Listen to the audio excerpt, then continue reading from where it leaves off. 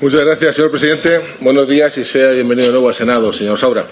Hace ya tiempo que no lo veíamos por aquí, de aquellos años en los que usted venía como secretario de Estado de Transportes a defender los presupuestos de su departamento, a hoy que comparece de una forma muy distinta como ex secretario de Estado de Transportes y para defender otras cosas, en concreto a su persona de las posibles responsabilidades políticas en las que haya podido incurrir por los gravísimos casos de presunta corrupción que se hayan podido dar en su departamento bajo su mandato.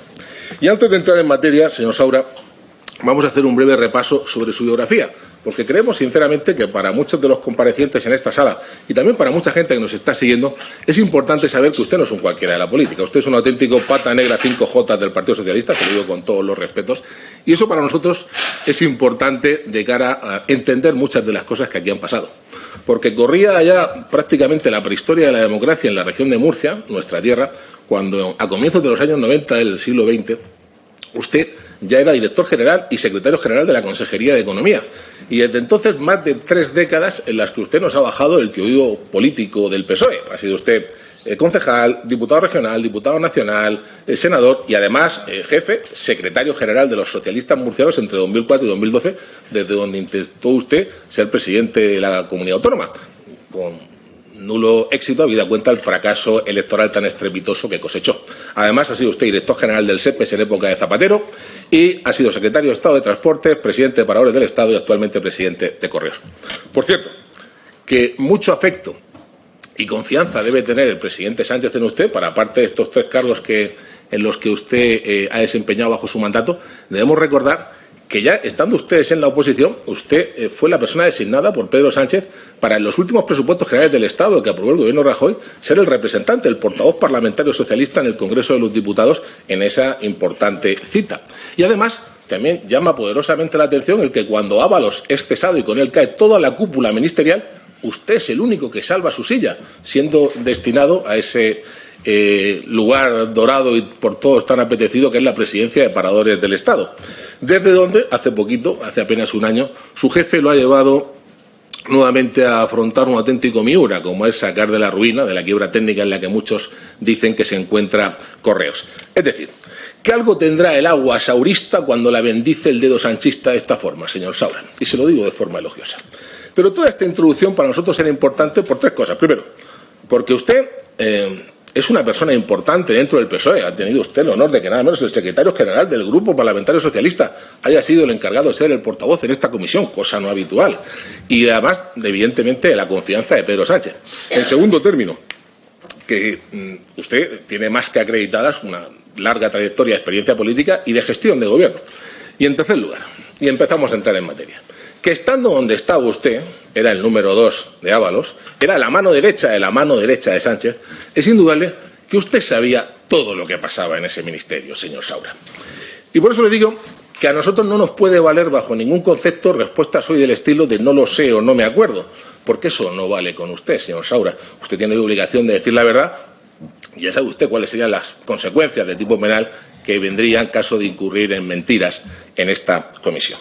Porque su legado político al frente de la Secretaría de Estado de Transportes, señor Saura, solo se puede definir como un auténtico reguero de cadáveres en forma de imputados. Y a los hechos me remito. José Luis Ábalos, ministro número 1 del Ministerio, imputado. Jesús Manuel Gómez, subsecretario número 3 del Ministerio, imputado. Koldo García, asesor personal del ministro, imputado. Don Michel Miranda, director general de gestión de Adif, imputado. Álvaro, alias Alvarito Sánchez Mazaraes, secretario general de Puertos del Estado, imputado. O sea, toda la cúpula, menos usted, de momento. Se lo digo porque no imputados, pero también bajo sospecha de corrupción, según dice la OCU en sus informes, tenemos a 2 expresidentes de Adif, Isabel Pardo de Vera y Ángel Contreras, a un expresidente de Puertos del Estado, don Francisco Toledo, al actual director general de Presupuestos del Ministerio de Hacienda y el director general de Transportes en su época, don Javier Sánchez Fuentefría, a su amigo el vicepresidente de la SEPI, don Bartolomé Lora, y también a usted, señor Saura, porque también a usted lo cita la UCO en sus investigaciones. Y empezamos preguntándole por la primera cuestión que nos interesa, un tema del que se ha hablado mucho, pero en el que usted tiene que saber cosas. Lo que ocurrió en el aeropuerto de Madrid-Barajas la madrugada del 20 de enero de 2020, cuando se permitió la entrada ilegal en España de la señora Delcy Rodríguez, vicepresidenta del régimen del tirano Maduro. Y se lo digo porque de esa visita tuvimos de su ministerio, por boca de su ministro Ábalos, más versiones que números tiene la canción del Mambo, porque tuvimos que escuchar a Ábalos decir que esta señora no había estado en España, que solo ha sido una escala técnica del avión. Segundo, bueno, que sí hubo un pequeño encuentro, pero que fue un saludo casual. Tercero, bueno, que en realidad entró el avión a saludarla, pero fue solo un momento y no se reunieron. Cuarto, bueno, que la verdad que sí pasó a la sala de autoridades del VIP y se reunieron una media hora. Hasta que al final subimos ya la verdad a la fuerza Orca, y es que esta señora pasó la noche entera en el aeropuerto de Barajas, estuvo tratada a cuerpo de rey en la sala de autoridades, estuvo paseando por la zona de tránsito internacional, ya hasta que tranquilamente por la mañana se fue con viento fresco, nunca mejor dicho, eso sí, dejándonos de regalo 40 maletas de contenido desconocido que pasaron la aduana sin sufrir ningún tipo de control aduanero, tal y como han denunciado los guardias de seguridad del aeropuerto. Pero es que, pues, si eso fuera poco, hablamos de lo que decían ustedes en el Ministerio. Es que hasta lo que hemos sabido de su jefe Sánchez a este respecto ya verdaderamente clama al cielo. Sánchez dijo en sede parlamentaria que él no había tenido nunca conocimiento de esa visita, cuando las transcripciones de la UCO han demostrado que no es que lo supiera, sino que Ábalos le pidió permiso y que 4 días antes él lo autorizó expresamente. Ahí están los WhatsApp del presidente. ¿Puede venir? Bien, que venga. Esta misma mañana nos hemos despertado con que ha publicado un medio una noticia diciendo que incluso dentro del avión de Delsi, Ábalos llamó a Sánchez y Sánchez estuvo hablando con la señora Delsi. Es decir, que hubo una conversación. Esto no son cambios de opinión, esto son mentiras del presidente del gobierno. Eso sí, y hasta que Sánchez dijera que Ábalos era un fuera de serie por haber evitado un conflicto diplomático internacional. Un conflicto diplomático por impedir la entrada de una persona que tenía prohibido pisar suelo Schengen. ¿Nosotros con qué equipo jugamos? ¿Con el de las democracias occidentales europeas o con las repúblicas bananeras aliadas de las dictaduras bolivarianas? En suma, señor Saura, a nuestro juicio, todo lo que pasó aquel día allí son caraduras, mentiras y cintas de vídeo, afortunadamente en manos de un juez, según le reconoció el director del aeropuerto la semana pasada a preguntas de mi compañera Inmaculada Hernández. Y tenemos claro una cosa, usted como secretario de Estado de Transportes era responsable directo de esa infraestructura, claro, junto al ministro, pero sabe usted que por delegación quien despachaba con el presidente de AENA era usted. Entonces, lo primero que le preguntamos, señor Saura, ¿cuándo se enteró usted que venía la señora Delsi? ¿Quién se lo dijo y qué hizo usted al respecto? Gracias, señoría, gracias, presidente. Usted ha hablado previamente de muchas cosas, de mi currículum y he hablado también de mi legado, entre otros lugares en el Ministerio de Transportes. Como usted ha hecho, permítame, una pequeña homilía, pues yo también quiero hablar de mi legado en el Ministerio de Transportes. No le he preguntado por su legado, señor Saura.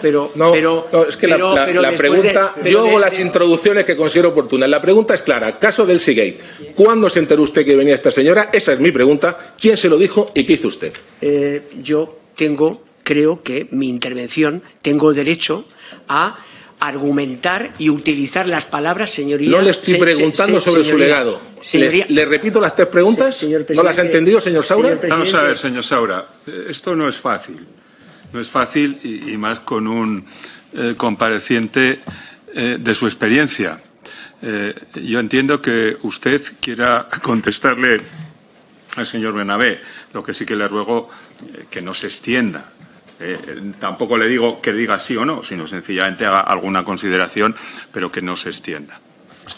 Gracias por su amparo, señor presidente. Sí, lo que le quería decir es que en ese trabajo que desarrollamos en el Ministerio de Transportes, los resultados para el transporte, para la movilidad y para la economía española son más que evidentes. No solamente salvamos a 400.000 empleos, es que hoy la economía española ha generado, digamos, más empleo. Señor presidente, de verdad, hay un tiempo limitado. Ya ha explicado a los representantes de UPN, a los representantes de Vox y al representante del PSOE su legado como magnífico secretario de Transporte y lo que le pasaba a las aerolíneas. Escucharlo una 4ª vez nos parece excesivo con la limitación de tiempo, señor presidente. Señor Bernabé, deje que conteste, señor Saura. Le pido concreción, por favor. Bueno, el trabajo posibilitó inversión pública, fondos europeos, posibilitó salvar al transporte y salvar a miles y miles de inquilinos que no podían pagar el el alquiler. Eso es lo que hicimos, además de un proyecto de ¿Y con ley respecto a Delsi, qué hizo, señor Saura? Mire, sobre esa pregunta concreta que usted me está haciendo, lo que le quiero decir es que yo en ningún momento me enteré de cuándo venía, por qué venía, a qué venía la señora Delsi a nuestro país. Siento defraudarle. No, pero fíjese usted, es que acaba usted de decir exactamente lo mismo que la semana pasada nos respondió el señor director general del aeropuerto de Madrid, Barajas, Adolfo Suárez, señor Álvarez Fernández, insisto, a preguntas de mi compañera Inmaculada Hernández, en la que él dijo que nadie lo avisó de que venía la señora Delsi, que nadie le dijo nada cuando estaba allí, que se enteró de lo que él sabe leyendo los medios de comunicación y que pese a que eso estaba dentro de sus competencias y responsabilidades como director del aeropuerto, el tener conocimiento de todas estas cuestiones, nunca nadie jamás le pidió una explicación. Nunca nadie jamás le pidió que abriera una investigación, ni que incoara un expediente informativo. Y ahora yo le pregunto, usted, que era el superior jerárquico de este señor y el presidente de AENA, cuando llega esto, ¿por qué no dio usted esa orden? ¿Por qué no pidió usted que se incoara una investigación? Le quiero decir tres cosas. Primera, porque en su primera intervención ha hablado de las mascarillas. Lo que le tengo que decir es que es muy evidente. Yo no hablo de mascarillas. No hablo de las mascarillas porque ha hablado de otras personas. Yo no hablo de mascarillas. Bueno, él ha hablado de Le las sigo mascarillas. preguntando, Oiga, señor Saura. Pero me creo lo que usted ha dicho. Me creo lo que usted ha dicho.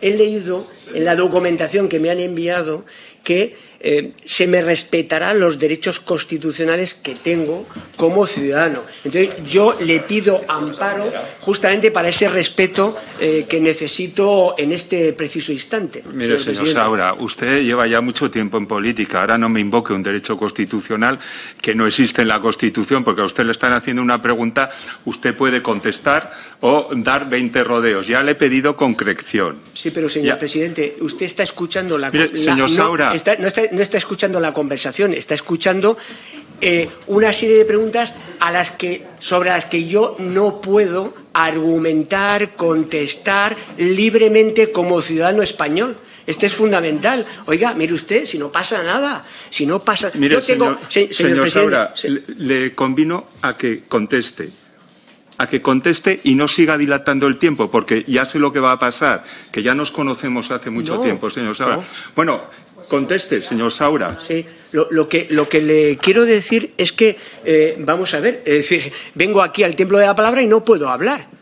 Pero si es muy sencillo, señor Saura. Mi pregunta es muy sencilla. Señor Saura. Yo creo lo que usted nos ha dicho, que es lo mismo que nos dijo el director del aeropuerto. Y ahora le he preguntado, ¿por qué no tomó usted ninguna medida indagatoria, inquisitoria de investigación sobre esa noche, siendo como era ese aeropuerto responsable suya? Pero yo lo que le quiero decir, porque hace en su larga homilía, usted sí tiene derecho a la homilía, yo no puedo hablar, en la homilía de entrada... Respóndame. Señor Bernabé. ¿Tiene usted miedo a la verdad? Yo tengo toda la mañana aquí para hablar, no tengo y a mí me encantaría tener toda la mañana, pero es que no la tengo. Mire, señor Saura, un momento, por favor. Es que este sistema, ya lo he explicado, aquí unas cuantas veces, no lo inventó ni este Senado ni el Grupo Parlamentario Popular. Cuando ha estado en otra dirección, entonces no había estas reticencias. Es un sistema que es mucho más que discutible, pero el sistema es pregunta-respuesta. El sistema no es pregunta y me dilato en la respuesta. A ver si lo entendemos. Entonces, yo le rogaría concreción y que le responda el señor Bernabé. Bueno, pues el señor Bernabé, en su primera larga intervención, ha hablado de otros compañeros míos del Ministerio y cómo es que yo no me he enterado de determinadas cosas cuando otros compañeros míos, bueno, pues están en este momento imputados. Lo que le quiero decir directamente y con todo el respeto y humildad es que yo en la parte de esta causa relacionada con las mascarillas, que parece que es la cuestión fundamental... Pues no, señoría, no le estoy preguntando por eso. ¿Quiere usted, por favor, responderme? La noche de Delsi en el aeropuerto, señor Saura, ¿lo entiende usted? ¿Por qué no abrió una investigación a posteriori? La pregunta es clara. Le voy a contestar ahora, señor Bernabé. Yo no sé. Deje usted de dilatarse, deje usted gastar tiempo. Pero tranquilidad, señor Bernabé. Se ponga tranquilidad. No, si yo estoy tranquilo, es usted el que con su actitud demuestra que tiene mucho que ocultar. No, que va, todo lo contrario. ¿Por qué no me responde? Es que no contaron conmigo en las mascarillas. Eso es lo que le quería decir. Pero yo no estoy dando mascarilla. No, porque usted ha hecho una humildad sobre segunda cuestión. Segunda cuestión, sobre lo que me pregunta usted es que, primero, como yo no conocí que hubiera ninguna irregularidad sobre esa cuestión, es más, judicialmente, no solamente no lo creía yo, sino que judicialmente ya hay una sentencia clara que dice que no hubo ninguna irregularidad. Por consiguiente, creo que hice bien en no abrir ninguna investigación porque no había ninguna irregularidad. Perfecto, no obstante, perfecto. Es que el Barajas, el aeropuerto, es decir, hay unos órganos de gestión de los aeropuertos que obviamente no competen al secretario de Estado. Por favor.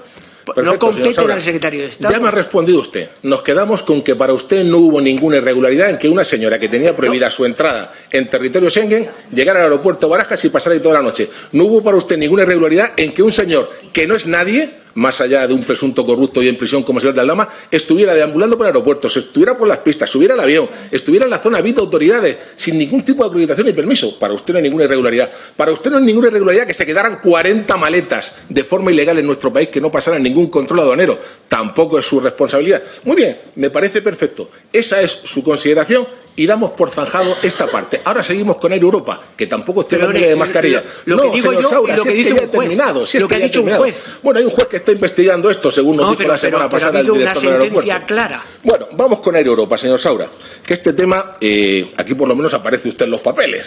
En el otro ya sabemos que no se enteró usted de nada, pese a que el aeropuerto dependía de usted y que lo vio todo usted perfectamente. Vamos a ver. Lo que dice la OCU. Personas que intervinieron en esta operación. Participación directa tuvieron, que sepamos, el uno, también conocido como Pedro Sánchez, y de ocupación presidente del gobierno. Varios de sus principales ministros, el jefe, apodo de Ábalos, la de Hacienda, más conocida como Nadia Calviño, la señora Montero, responsable última de la SEPI, y por determinar hasta dónde pudo llegar la también vicepresidenta Rivera. Esos son los actores principales, porque luego los actores secundarios son de auténtico lujo. Estaba usted como secretario de Estado de Transportes, lo que dice la UCO, estaba su amigo Bartolomé Lora, presidente de la SEPI en funciones en aquel momento, estaba el todopoderoso asesor ministerial Coldo García, y eso es lo de la parte del gobierno. Por la parte de la empresa aparecen el señor Javier Hidalgo, el señor Aldama, Coldo y Ábalos, agentes dobles, de los todos sitios cobraban, y por ver hasta dónde llegó la participación de doña Begoña Gómez. Y le voy a leer ahora las transcripciones literales, obrantes en los informes de la Guardia Civil, y en las cuales se le cita a usted hasta en 7 ocasiones. Señor Saura, nos va a llevar unos minutos, pero después seguimos hablando y le sigo preguntando. Es que es muy esclarecedor, sobre todo esto que usted dice que usted no sabía nada al respecto. Empiezo. 8 de julio, Aldama le dice a Hidalgo: hay sitio en el avión y quiere el jefe, Ábalos, que esté mañana en la reunión contigo y con Pino para comentar a la ministra Calviño, que él ya lo ha visto y lo ve perfecto. 15 de julio, Aldama le dice a Hidalgo que el rescate estaba resuelto. Mañana a primera hora está el 1, Sánchez, y la de Hacienda, Calviño, y está tomada la decisión de que se da, pero mañana cuando esté con él, con Sánchez, te digo. 17 de julio, Coldo Aldama: Sánchez ya ha llegado, está hablando con Nadia, Calviño, ya está aquí, voy enseguida. Respuesta a Aldama: ok, ven pronto, que este otro, Hidalgo, está que se sube por las paredes. Mismo 17 de julio, más tarde, Coldo Aldama: Ábalos lo está arreglando, es una máquina, solo funciona bien bajo presión, hay que joderse. Horas después, Aldama Coldo: está todo solucionado, le acaba de poner el jefe Ábalos un mensaje a Javi Hidalgo que la ministra Calviño le ha dicho que la semana que viene está más tranquilo, parece que todo ha servido. 17 de julio, Aldama Hidalgo: me dice Coldo que ya le ha llamado el 1, Sánchez, en cuanto sepa te digo. Ha servido la llamada. 4 de agosto, Aldama Hidalgo: el ministro Ábalos está en este momento con el presidente Sánchez en el Consejo de Ministros. Saliendo le cuenta la situación y nos llama incluso con el presidente Sánchez: ahora te veo. Y un rato más tarde aparece usted ya en la trama. Le añade que va a ponerse en contacto con usted, señor Saura, y que en breve dispondrían de un borrador con las condiciones del rescate. 6 de agosto, Aldama le envía un audio de WhatsApp a Hidalgo en el que le dice que ya había hablado con usted, lo dice así expresamente la UCO, y que desde el Ministerio estaban preparando una nota de prensa sobre el rescate de Air Europa por la SEPI. En concreto dice: he hablado con él, con usted, con Saura, hace media hora más o menos, y están preparándola, que lo más seguro es que la haga él, usted, señor Saura, pero la están preparando ahora y luego la distribuyen a los medios. Te digo que he estado hablando con él, con usted, señor Saura, y la están preparando, sí, la sacan hoy, me ha dicho que no me preocupe, vale, venga, un abrazo. El 8 de agosto, y le doy la razón. La nota finalmente no se publica, eso es cierto. Pero no es menos cierto que varios medios de comunicación económicos citaron fuentes del gobierno, o sea, de ustedes, que el rescate estaba en marcha y cerca de consumarse, tras lo que Aldama le dijo a Hidalgo. Otra conversación. La financiación está muy cerca de hacerse realidad. Hablé con el jefe. Ábalos, lo tenemos mejor que nunca. Respuesta Hidalgo a Aldama. A ver cuándo reconoces que hay cosas que se hacen bien. Imbécil, que mira que te cuesta. Perdonen ustedes el léxico, era como hablaban estos señores. 27 de agosto, Aldama Hidalgo. El jefe, Ábalos, está en la SEPI con las otras dos, Calviño y Montero, para lo nuestro. 28 de agosto, Hidalgo Aldama. Nadie me contesta y Coldo se había comprometido a darme novedades, que no llegan. 30 de agosto, Aldama Hidalgo sobre Coldo. Sí, me imagino que te habrá llamado porque le he llamado y me cago en su puta madre. Porque ya está bien de que nos tomen el pelo. Igual tú estás quedando mal con tu padre, tu familia, todo el mundo. Yo a la vez contigo porque parezco gilipollas diciendo de las payasadas que me dicen y ya estoy hasta el nabo. Ya le he dicho que arregla esto. O se acaba todo. Se acaba todo, señor Saura. Vaya tela. 31 de agosto, Hidalgo Aldama, que había vuelto a hablar con Coldo y habían quedado a reunirse con Ábalos, Pedro Saura, o sea, con usted, y Bartolomé Lora, y que la reunión se celebró enfrente de la casa del jefe, Ábalos. A lo que Aldama respondió: sé que es difícil, pero estate tranquilo dentro del estrés, lo vamos a sacar adelante, ya verás tú, lo ves todo negro, pero se está empujando duro y lo de hoy es determinante, descansa. Y Hidalgo le dice: vale, ya me ha dicho Coldo que estás tranquilo, ok. 4 de septiembre, Aldama envía a Hidalgo un pantallazo de una conversación con Ábalos en la que el conseguidor le pide al ministro que llame a Hidalgo, a lo que le responde: yo le dije a Saura, a usted, señor, que lo llamara. Tras lo que le reenvió el siguiente mensaje de Bartolomé Lora: le he llamado al mediodía, estamos hablando con su abogado para intentar cerrar la carta, hemos quedado en seguir en contacto. Estamos ya terminando. 10 de septiembre, Aldama a la secretaria Hidalgo, que el rescate está aprobado y ya tenemos la carta de financiación. 22 de septiembre, Aldama Hidalgo: amigo, por favor, déjame ayudarte, puedo resolver la situación, confía en mí. Dile a Ramiro Campos de Globaria que coordine conmigo, que él lleva el tema SEPI y yo me encargo del resto con los ministros y sacamos esto adelante. 29 de septiembre, Aldama Hidalgo: llámame, estoy con el ministro, tienes que estar aquí el jueves, te va a llamar Saura, Pedro, usted, para estar aquí el jueves. Si quieres llamarme te cuento las condiciones, si no se las digo a Miguel Ángel Sánchez, director general de Globalia, y listo, ya me canso de perseguirte, no merezco que me trates así. Ahí el amor. Respuesta de Hidalgo: Víctor, nada, te estaba intentando llamar porque no te localizo, he hablado con Coldo otra vez, me ha dicho que el miércoles nos vemos con el ministro y luego con Saura, con usted, don Pedro, y el jueves con Luis, Bartolomé, Lora y Saura, o sea, usted y él mismo. Y ya por último, terminamos. El 27 de octubre, una semana antes de que se aprobara el rescate y de que se supiera cualquier cosa al respecto, le vuelve a decir a Aldama Hidalgo: oye, lo hemos conseguido, estoy llorando de la emoción, el peso que tenía encima de toda la tensión y sobre todo, te lo digo corazón, la alegría que siento por ti, bla, bla, bla, bla, bla, bla, bla. Bueno, el rescate se aprobó el día 3 de noviembre y se formalizó finalmente el día 11 de noviembre. ¿Nos va a querer contar hoy, en relación a lo que le he dicho, señor Saura, cuál es su versión sobre estos hechos? Se lo digo porque cuando el diario La Verdad de Murcia lo llamó hace unas semanas para preguntarle, cuando salió el informe de la UCO, publicaron ellos que usted no quiso responder a sus llamadas. Ese mismo día, el diario La Opinión también lo intentó y una portavoz suya de Correos dijo, y así lo publicaron también literalmente, que usted ni habló, ni se reunió, ni hizo ninguna nota de prensa. Nos acaba usted de decir antes que usted no había tenido ningún contacto con Aldama. Por cierto, Aldama, ese señor que esta mañana también ha salido publicado en un medio de comunicación, un WhatsApp, avisando al señor Ábalos de que o lo cuidan o tira de la manta, tela marinera. Se subrayó, ya dice usted que con Aldama nunca. Con el señor Hidalgo dice usted que en presencia de otras personas. ¿De verdad con ninguno de todas las personas que citan estas conversaciones, en las que expresamente lo citan ustedes hasta 7 veces, no tuvo usted ninguna reunión en ningún momento para tratar el rescate de Europa? Gracias. Señoría, voy a empezar por el final. Ya le he dicho a su compañero anteriormente que yo me he reunido con los CEOs, los presidentes más importantes de las compañías aéreas y de las compañías de transporte de este país, porque esa situación era dramática. No solamente yo, sino que me imagino que habrán hablado con todas las áreas económicas del gobierno, porque la situación era muy complicada. Por consiguiente, hay un montón de reuniones en casa del ministro y tal. Yo creo que todo eso, como mínimo, es fantasía, señor Bernabé, fantasía.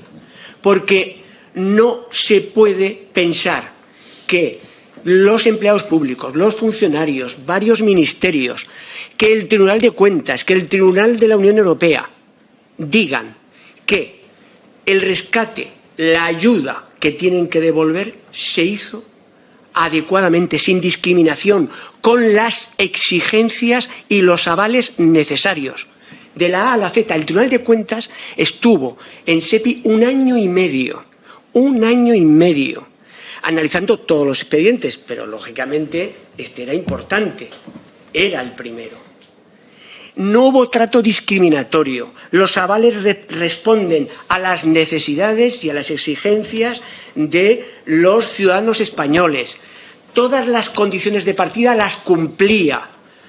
Pensar que unos señores con estos WhatsApp, con estas supuestas reuniones, no, anteriormente una compañera suya hablaba del señor Koldo diciendo que se había enterado de que me iban a nombrar presidente de Correos.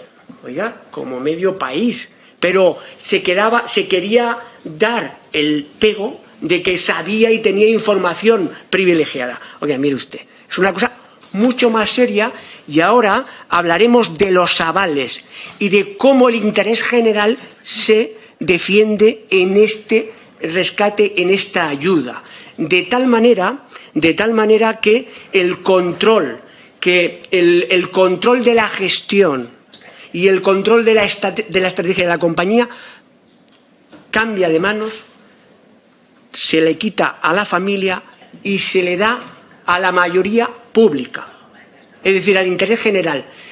Ha habido pocas ayudas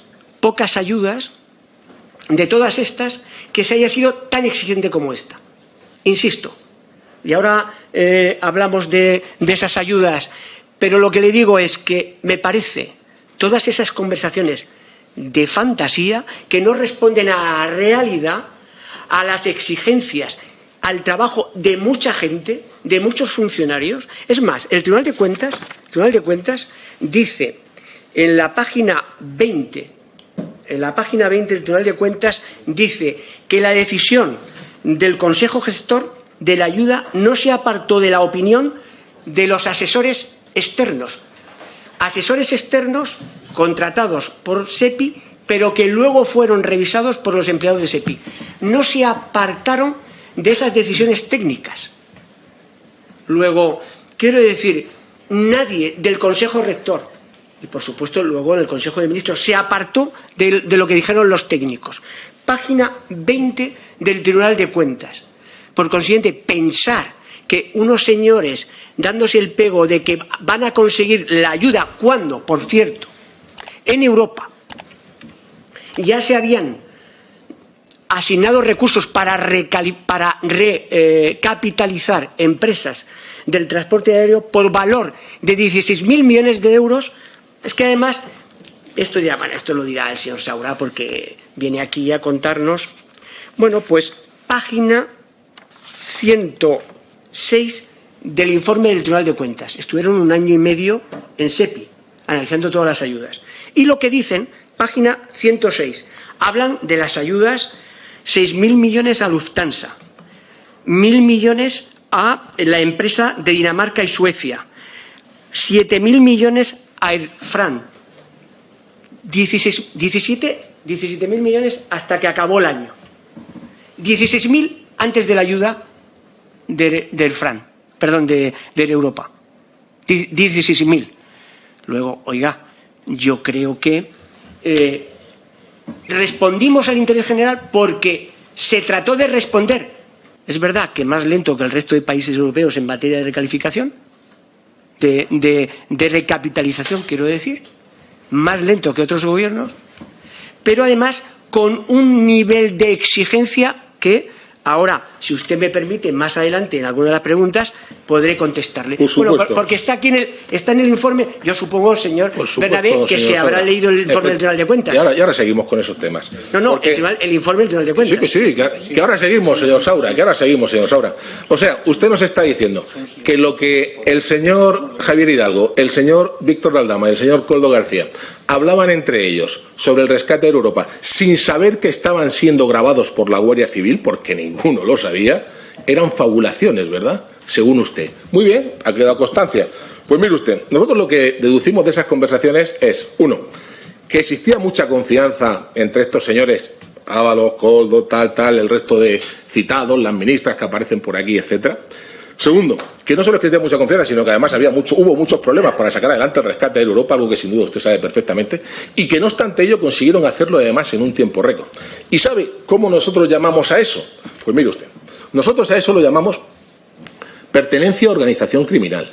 Nosotros a eso lo llamamos tráfico de influencias. Nosotros a ellos lo llamamos malversación de fondos públicos y nosotros a ellos lo llamamos cohecho. Y no porque lo digamos nosotros, sino porque lo está diciendo el Tribunal Supremo en el auto por el cual imputa esos 4 delitos a su jefe Ábalos. Es más, lo dice también la Audiencia Nacional y el resto de tribunales que están estudiando todas las correrías que se perpetraron en este asunto. Porque, señorías, de las investigaciones judiciales y de la UCO parece que está aquí más que acreditado, añadamos presuntamente para tranquilidad de todos, pero que está más que acreditado, que hubo personas del gobierno socialista que recibieron dinero, dádivas o beneficios para hacer valer indebidamente su poder o influencia de cara a dar un trato preferente o para que no se hiciera lo que se debía en relación con el rescate de Air Europa, lo que se plasmó en una resolución sin precedentes en beneficio de esta corporación y de sus propietarios, que es en lo que consisten los delitos de los que estamos hablando.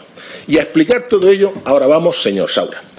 Porque vamos a ver, si escandaloso resultan ya esas conversaciones más propias de pornografía política, lo más grave viene a continuación. Pues la forma y términos en que se concedió el rescate nos llevan a pensar que todo esto ocurrió efectivamente así. Porque aquí no estamos discutiendo, como está usted pretendiendo hacer ver, si procedía o no procedía el rescate a Air Europa. No, no, eso no lo discute el Grupo Parlamentario Popular. Aquí lo que nos preguntamos es cómo es posible que el mismo se concediera en las circunstancias en las que se concedió y con las condiciones en las que se dio. Y le voy a hacer una serie de preguntas a este respecto. Primero, ¿por qué se empezó por el ICO pero se terminó por la SEPI? Es decir, ¿qué pasó entre los 6 meses que mediaron? Entre los 140 millones del aval del ICO entregados en el mes de mayo y los 475 millones entregados por la SEPI en el mes de noviembre. ¿De qué se habló en aquellas conversaciones veraniegas en las que, según las escuchas, estaba Sánchez presente junto con sus ministros de confianza, Ábalos, Calviño, Montero y algunas otras personas del segundo nivel como era usted, Bartolomé Lora, etcétera? Y le hago esta pregunta precisamente poniendo en relación con esas transcripciones de las conversaciones en las que estamos hablando, en las que Hidalgo desde principios de julio se le está diciendo que ya está el tema resuelto y que luego todo se empieza a dilatar, él se pone nervioso, se enfada. ¿Qué problemas fueron? ¿Qué es lo que ocurrió allí? ¿De qué hablaban en esa reunión a lo largo de esos 6 meses, señor Saura? Cuéntenos. Pero, perdone, es que yo ya le he dicho que no he estado en esas reuniones, en primer lugar. En segundo lugar, si la cuestión está resuelta, ¿por qué luego no está resuelta? Es decir, si está ya todo resuelto y luego tarda en resolverse, ¿no será que hay un trabajo serio, riguroso, exigente en materia de análisis de viabilidad, de acuerdos de gestión y de gobernanza, de acuerdos de exigencias y de garantías, de acuerdos de financiación? Oiga, este es un tema muchísimo, como dice el Tribunal de Cuentas, mucho más complicado y que efectivamente se resuelve adecuadamente en defensa del interés general, porque ahí está la compañía, porque es una compañía que está moviendo del orden de 13 millones de pasajeros y que ha recuperado y ha superado ese nivel y que ha mantenido el empleo y que ha mantenido la conectividad de la economía española, es que se hizo correctamente. Se salvó la compañía está devolviendo lo que le tocaba y además la economía española está creciendo en parte por el sector turístico. Muy bien. Luego, no, perdone, o sea, lo que le quiero decir es que... Ya me ha dicho que no estuvo usted en esas reuniones, que era mi pregunta, con lo cual... Y es que usted me ha hecho una pregunta. Sí, ¿qué es lo que pasó en esas reuniones? Me ha hecho una... No, pero me ha hecho más preguntas. Como dice, habla tanto, pues al final se le olvida lo que me pregunta. No, me acuerdo de todo. No, me acuerdo de todo, Laura. ¿Estuvo en la reunión? No. Muy bien. Segundo, usted me ha preguntado por qué se pasó del ICO al préstamo participativo. Sí. Se le había olvidado, señor Bernabé, sí, no, se le había olvidado. No me ha respondido usted, señor Saura. Bueno, entonces, vamos a ver, porque yo evidentemente no conozco por qué la compañía pasa del ICO pasa al préstamo participativo. Perfecto. Pero le digo más. Lo que yo viví en aquel momento es que las compañías, sobre todo las aéreas, pasaron de tener un problema de liquidez a un problema de solvencia en semanas. Quemaron caja de una manera espectacular. De eso hablamos ahora. Va a tener usted tiempo, señor Saura. Va a tener usted tiempo. Pasaron de la liquidez pero es que a mí se me acaba, a un problema de solvencia. No, pero me ha preguntado yo. Ya, no, pero es que vamos a hablar también de ese tema. Usted ya ha manifestado que no se reunió nunca con estos señores, solo con el señor Hidalgo y con su equipo, que todo es una fábula, que usted no estuvo nunca en esas conversaciones, y usted cuidado que los móviles los carga el diablo, lo vemos cada día. Segunda pregunta. ¿Por qué el rescate se articuló mediante dos préstamos distintos en lugar de una sola operación, habida cuenta que había sido una única la petición? Es decir, como usted sabe perfectamente, la SE pidió dos préstamos, uno participativo de 240 millones y otro ordinario de 235. Y yo le pregunto, ¿tal vez eso era porque dividiéndolos estaban así por debajo de los límites de control establecidos por la Comisión Europea, evitando así la supervisión de la misma? Mire, ¿Conoce usted esa parte? Bueno, la conozco, pero es que además el Tribunal de Cuentas habla de esa cuestión. Dígame, entonces, ¿por qué son dos préstamos? Le voy a decir. Mire, página 69 del informe del Tribunal de Cuentas. Tribunal de Cuentas que trabaja en base a las peticiones que le hace este Senado y el Congreso. Dice, los importes de la financiación de los préstamos participativos se sitúan dentro del rango de financiación estipulado en el acuerdo del Consejo de Ministros del 29 de julio de 2020, por el que se establece el funcionamiento del fondo. Es decir, no inferior a 25 millones de euros, no superior a una mejora del patrimonio neto existente al 31 de diciembre de 2019. Es decir, que el préstamo participativo tenía una limitación por abajo y una limitación por arriba. Tenía dos. El que no fuera ayuda de Estado, pero la que operó fue la de que tú no podías, el erario público, no podía mejorar el patrimonio neto que había en 2019. Por tanto, la que opera es esa circunstancia. Y, evidentemente, aquí no se trocea para justificar no sé qué Europa. No, es que lo dice el Tribunal de Cuentas. Insisto, señor Bernabé. Sí, señor Saura, pero se podía haber hecho todo en un único préstamo ordinario y se optó por dos préstamos distintos. No, perdona. Tercera pregunta. A ver qué dice el Tribunal de Cuentas sobre esta cuestión. Sí. Según las normas del Fondo de Rescate, los fondos debían entregarse a empresas no financieras, es decir, productivas. Sin embargo, en este caso se le dio a una empresa de tipo financiero, Air Europa Holding SLU, constituida solo un año antes de la concesión del préstamo y que a finales de 2019 no tenía ni un solo empleado ni había facturado un solo céntimo. ¿Por qué, señor Saura? Mire, siento llevarle la contraria. No sienta. Cuénteme. Señora, pero es que también en la página 61 el Tribunal de Cuentas le contesta. Dígame. Señor Bernabé. Dígame. Entonces, el Tribunal de Cuentas estuvo un año y medio. No, ya lo he dicho eso. ¿Qué dice el Tribunal de Cuentas? ¿Qué dice el Tribunal de Cuentas? Entonces, estuvo un año y medio. Eso lo primero que mira, el Tribunal de Cuentas, usted ha estado en la gestión. Señor presidente, se acaba el tiempo. Y el Tribunal de Cuentas el Tribunal de Cuentas lo primero que hace es mirar si la empresa cumple o no los requisitos para la ayuda. ¿Y qué dice sobre este asunto? Dice, en opinión del tribunal, SEPI ha cumplido y demostrado a través de las actuaciones llevadas a cabo en todos los expedientes aprobados y denegados las prescripciones legales en materia de cumplimiento de los requisitos de elegibilidad para la concesión de las ayudas del fondo. El Tribunal de Cuentas entra respondido. No significa eso que usted me esté respondiendo. Se lo dan a una empresa de tipo financiero, una empresa productiva. Siguiente pregunta, señor Saura, que se nos acaba el tiempo. Ya me ha dicho su versión. No, está diciendo... Señor Saura, si para poder ser beneficiarios de los rescates las empresas rescatadas tenían que estar al corriente sus obligaciones fiscales a 31 de diciembre de 2019, señor Saura, atiéndame, ya me ha respondido usted, que me atienda. Señor Saura, el señor Bernabé se da por respondido. No, pero es que no, perdone. Usted aquí no dirige el debate, señor Saura. No, perdone, pero yo tengo derecho a poder hablar y argumentar. Es que es fundamental. A ver, señor Saura, que nos acaba el tiempo. No, es que el Tribunal de Cuentas dice que es elegible. Esta empresa... Ya lo ha explicado usted, y yo le he dicho que no nos lo creemos. Que no nos lo creemos. Que no nos lo creemos. Europa no es un banco. Y le hago la siguiente pregunta. Señor Saura, que esto es así de sencillo. El Fondo de Rescate también decía... Señor Gil, no tiene la palabra. Le llamo al orden por primera vez. ¿Le queda claro? El Fondo de Rescate establece que a 31 de diciembre de 2019 las empresas debían estar al corriente de sus obligaciones fiscales. Sin embargo, en este caso, hemos conocido que a 31 de diciembre de 2019 Globalia, propietaria de Air Europa, tenía una deuda con Hacienda de 5,8 millones de euros precisamente por liquidaciones del IVA impagadas de Air Europa. ¿Por qué se concede nuevamente el préstamo, señor Saura? Me remito de nuevo al informe del Tribunal de Cuentas. Estaba al corriente de pago. El Tribunal de Cuentas dice que todos los criterios de elegibilidad se cumplen. todos. No es un banco. Pues ya hemos visto que eso no es así. No, así es sencillo. Pero me lo dice usted. O sea, el Tribunal de Cuentas dice que cumple todos, porque además el Tribunal de Cuentas... Seguimos dice, porque se nos acaba el tiempo. Señor Bernabé, como no le saco de la zona de confort... Le saco de la zona de confort y no... Sí. El confort es el suyo, señor Saura. Sí. Escudándose siempre en generalidades y en informes generales. Ni una sola respuesta concreta. Le llamo al orden por segunda vez.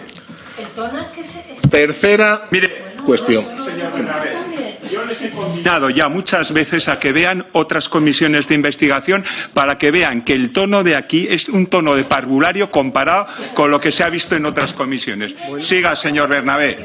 Gracias, señor presidente.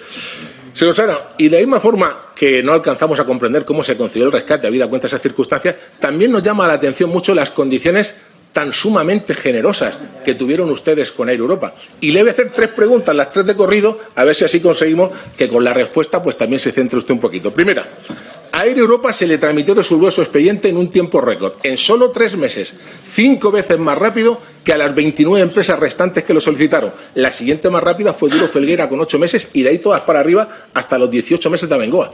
¿Por qué tanta celeridad con Air Europa? La segunda, el importe de los 475 millones de euros otorgados del Fondo de Rescate supone el 20% del total del dinero que concedió el Estado. De tal forma que el 80% sobrante se lo reparten entre las 29 empresas restantes que lo solicitaron. ¿Por qué tanta generosidad con Air Europa? Y la tercera, las condiciones homologadas de los rescates de la SEPI establecían un plazo medio de carencia para devolver el principal de 2 años. Sin embargo, a Air Europa se le conceden un total de 6 años hasta que tenga que empezar a devolver los intereses. Así va a estar Europa hasta 2026 cuando los demás llevan ya tiempo pagándolo. ¿Por qué de nuevo tanta esplendidez? Y le pongo todo esto en conexión con una cuestión que usted nos ha citado anteriormente. Vamos a ver, señor, los informes que ha citado. ¿Por qué la total opacidad y la absoluta falta de transparencia en este asunto? Llevan ustedes 45 meses, señor Saura, y estaba usted en la Secretaría de Estado cuando esto se empezó a realizar, sin entregarnos ese expediente, sin entregarnos esa información. No nos han hecho caso en el Partido Popular, en el Congreso y en el Senado, ni tampoco al Consejo de la Transparencia. ¿Sabe usted cuál es la única respuesta que hemos tenido de ustedes? Un irrisorio, lo ha dicho usted. Expertos independientes informaron de forma clara y objetiva que la ayuda concedida cumplía los requisitos, acompañado de un vergonzante. No se pueden facilitar esos informes porque se trata de información reservada. De 615 millones de dinero público, ¿verdad, señor Saura? ¡Ja! Aquí no hay pudor, ni tampoco, señor Saura, la más mínima vergüenza. Responda a esas 3 preguntas, por favor. Le ha hecho 5 preguntas, señor Bernabé. Le ha hecho 5. Perdone, 5 me ha parecido. 3. Usted 3 preguntas. 3, señor presidente. Solo 3.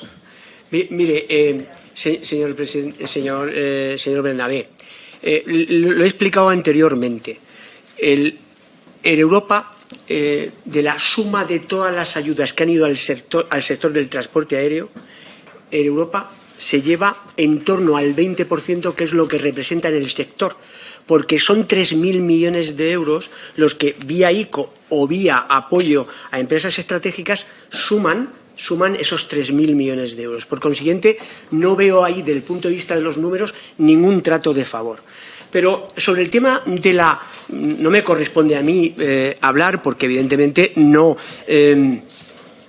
estoy en la gestión del fondo de rescate. Pero lógicamente la transparencia, que es muy necesaria, muy importante, tiene algunos límites, tiene lo que dice el fondo, el Real Decreto Ley, sobre la publicidad y la transparencia y los límites que tiene, sobre el acuerdo de confidencialidad que tiene el acuerdo con Europa, y luego tendrá usted que entender que una empresa que compite en el mercado no podemos fragilizarla. Ya sé que ustedes han intentado por tierra, mar y aire fragilizarla. No deben estar muy contentos los trabajadores, esos 8.000 trabajadores, con el planteamiento del Partido Popular, pero han tratado de fragilizarla. Pero también, como digo, compite en el mercado, y yo creo que la transparencia, siendo muy necesaria, tiene unos límites que están consagrados lo están demostrando ustedes, están 615 millones. Señor Bernabé, perdón, deje contestar al señor Saura. Perdón. Siga, señor. Gracias, señor presidente. O sea, los límites son los límites que marcan las leyes, y por consiguiente, usted, claro, me ha hablado de las condiciones. Y las condiciones me gustaría que usted y todas las personas que nos están escuchando y viendo las conozcan.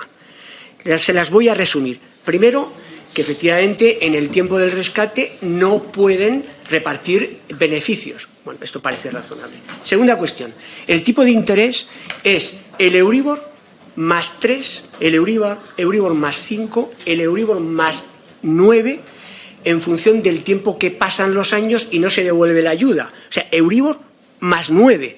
En fin, comparado con el 3% o el 2%, este es del punto de vista de las exigencias financieras. Pero sigo con las exigencias al Grupo Globalia y a Europa y a los dueños. Y es que responden con todo su patrimonio. Globalia, todo el patrimonio de Globalia responde por el préstamo. Pero no termina ahí. Es que en materia de gobernanza no había consejo de administración, ahora hay un consejo de administración. 2 personas las pone el Fondo de Apoyo al Rescate de Empresas Estratégicas. Una es el consejero delegado, que se cambia y se dice que tiene que ser una persona de reconocido prestigio en el sector, pero no puede tener que ver con la gestión anterior. Luego hay mayoría pública en el Consejo de Administración, en el nuevo Consejo de Administración. Es decir, que hay una toma de control de la compañía en materia de gestión y en materia estratégica que prácticamente no se produce en todas las ayudas del fondo. O sea, se es más exigente que la mayoría, por no decir prácticamente todas, las del fondo. Por supuesto que cualquier decisión estratégica tiene que contar con la SEPI. Cualquier decisión sobre el futuro tiene que contar con la SEPI. Es decir, y señor Bernabé, mire, estamos hablando de préstamos que se tienen que devolver. No estamos hablando de los 35.000 millones de euros que han consolidado en la deuda pública del banco malo, del rescate del sistema financiero que hizo el Partido Popular. Que esos son 35.000 millones que van a la deuda pública, ya están incorporados a la deuda pública. Señor Saura.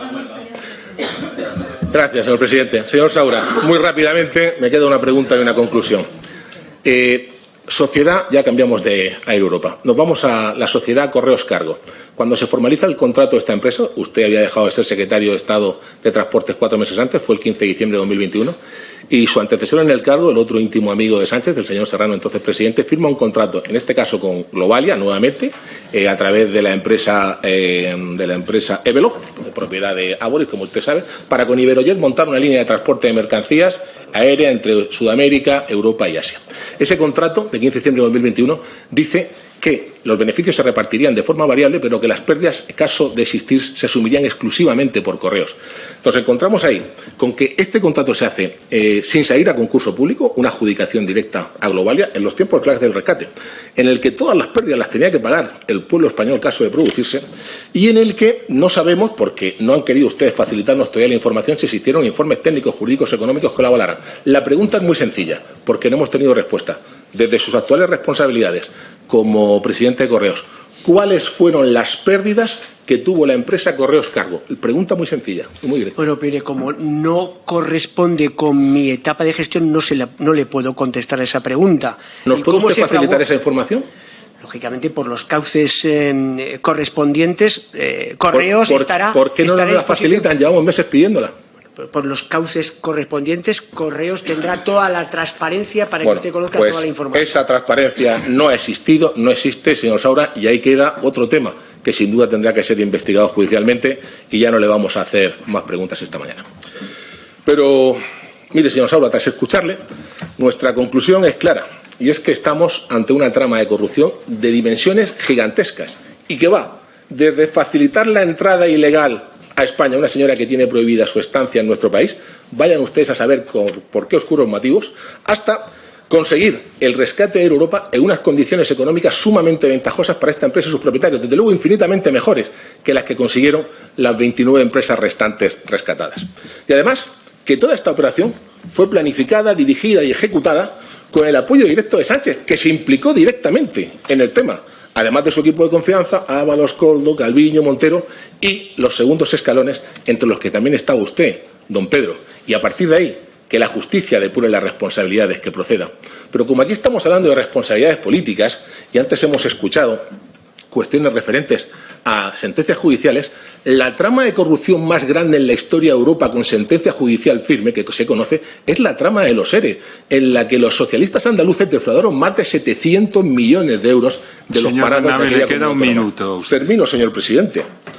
Simples migajas, señor Saura, señorías, al lado de esta nueva trama corrupta del PSOE de Sánchez, en la que actualmente están siendo investigados por los tribunales los siguientes casos gravísimos de presunta corrupción: mascarillas, 800 millones de euros; Air Europa, 615 millones de euros; hidrocarburos, 185 millones de euros; adjudicaciones de contratos de Adif, decenas de millones de euros; el hermanísimo David, millones de euros; la esposísima Begoña, cientos de miles, que en su conjunto suman más de 1.600 millones de euros de dinero público, una parte muy importante de los cuales han ido directos al bolsillo de unos cuantos sinvergüenzas vinculados de forma directa o indirecta al Partido Socialista. Así que, señorías del Partido Socialista, señor Saura, busquen, comparen, y si encuentran algo semejante, díganlo y denúncienlo. Y si no, Pedro Sánchez, dimisión por corrupción y elecciones generales ya. Muchas gracias, señor presidente. Señor Saura, 2 minutos. Estamos fuera de tiempo, pero le concedo 2 minutos para contestar. Gracias por su benevolencia, señor presidente. Solo quiero comentar, exponer 3 cuestiones. La primera es sobre, usted decía en su homilía que las condiciones son mejores que la del resto. Mire, dice el Tribunal de Cuentas, página 72, las garantías constituidas fueron propuestas por los asesores financieros y refuerzan la necesaria defensa de la integridad de los fondos públicos. Pero digo más, en este caso probablemente haya sido la ayuda con mayor nivel de exigencia. Insisto, mayoría pública en el Consejo de Administración y se cambia al consejero delegado y se aparta a la familia de la gestión de la compañía. Segunda circunstancia. Usted me está hablando de miles de millones de euros por debajo de 35.000 millones de euros del Banco Malo. Gran parte de esos 35.000 millones de euros vienen de justamente Bankia, gestionada precisamente por el señor Rato y el Partido Popular. Gran parte de esos 35.000 que ya están en la deuda pública que tienen que pagar los españoles.